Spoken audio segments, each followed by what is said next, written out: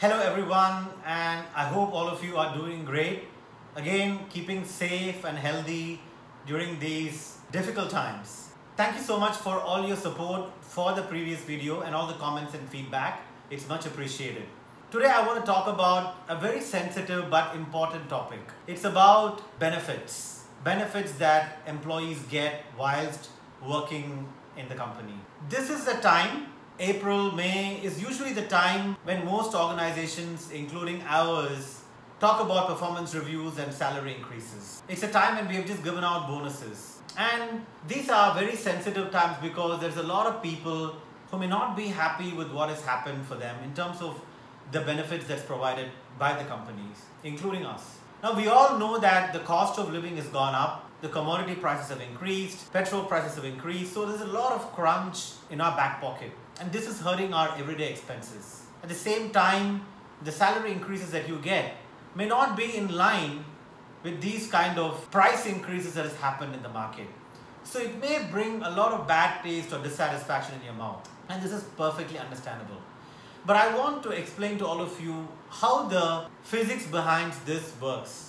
The economics behind this, how does that work? So usually, like our company, most companies, whether Indian companies or multinational companies, they are publicly owned in many cases. And they have shareholders. The shareholders are investing in the company, expecting certain returns. Now, when those returns don't come, then they would look at pulling out of the company the investments they have done. And we are no different as well. And so are other MNCs and companies. So during Corona times, for the last 2 years, most organizations have not been able to hit their targets for revenue, for sales. Now, when your sales and revenue doesn't come on target, automatically the profits also don't hit the target. And in turn, the shareholders don't get the money that they were expecting from Schindler or for any other company for that matter. So what happens? It is a bit like we going and telling our family that we have got less salary this month. That is what our shareholders have had to face for the last 2 years. They had to go and tell their families that the investments in any companies have invested, including ours, has returned less. Now this impacts their investment philosophy as well. So they would probably think about protecting their money.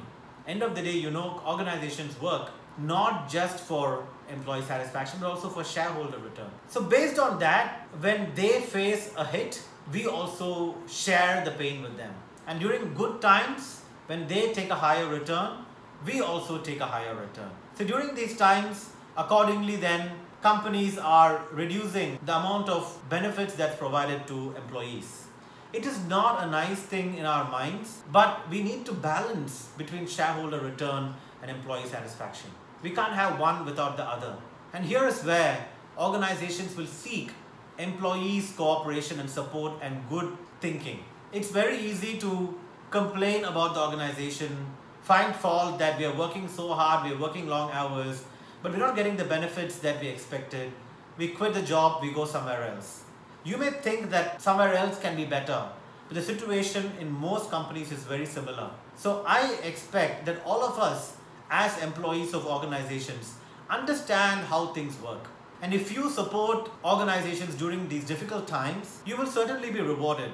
And I can guarantee that for people in my company, I would do that for sure. And I've always spoken about this. Now, if you feel low, dejected and disappointed, I think it's important that you take a practical view of it. Don't get emotional about it. Use this opportunity to upskill yourself, to gain better knowledge, competencies, better behaviors. Seek continuous feedback. How do you make yourself even better to contribute more stronger when the economy improves and the organization is 100% back on track? Then you will be ahead of everyone else. It's not about how we go through this crisis. It's how do we lead this crisis and who will lead this crisis. Do you want to be a winner during this crisis, or you want to sulk and complain and lose? That's a choice that you and me have to make. All of us have to make as employees. So instead of feeling negative and sad, my suggestion is to take it in the right spirit. If you have serious concerns, go and talk to your managers, go and talk to the senior members of the organization. Come and speak to us as well if you feel. And I'm sure we would be able to find some opportunity to keep you motivated and excited. Remember, my dear friends, it's not always money. You don't wake up every day morning and say, I'm going to do my best because I want to make that bonus. It's a bigger purpose than that. And that's the purpose that we all need to find for ourselves and for our employees. And as I said in the beginning, whoever stands behind us will always get rewarded. In some companies, you may have some issues. There, you need to take an informed decision. But at least for our organization, I can say we will always value and thank everyone for your support during these difficult times.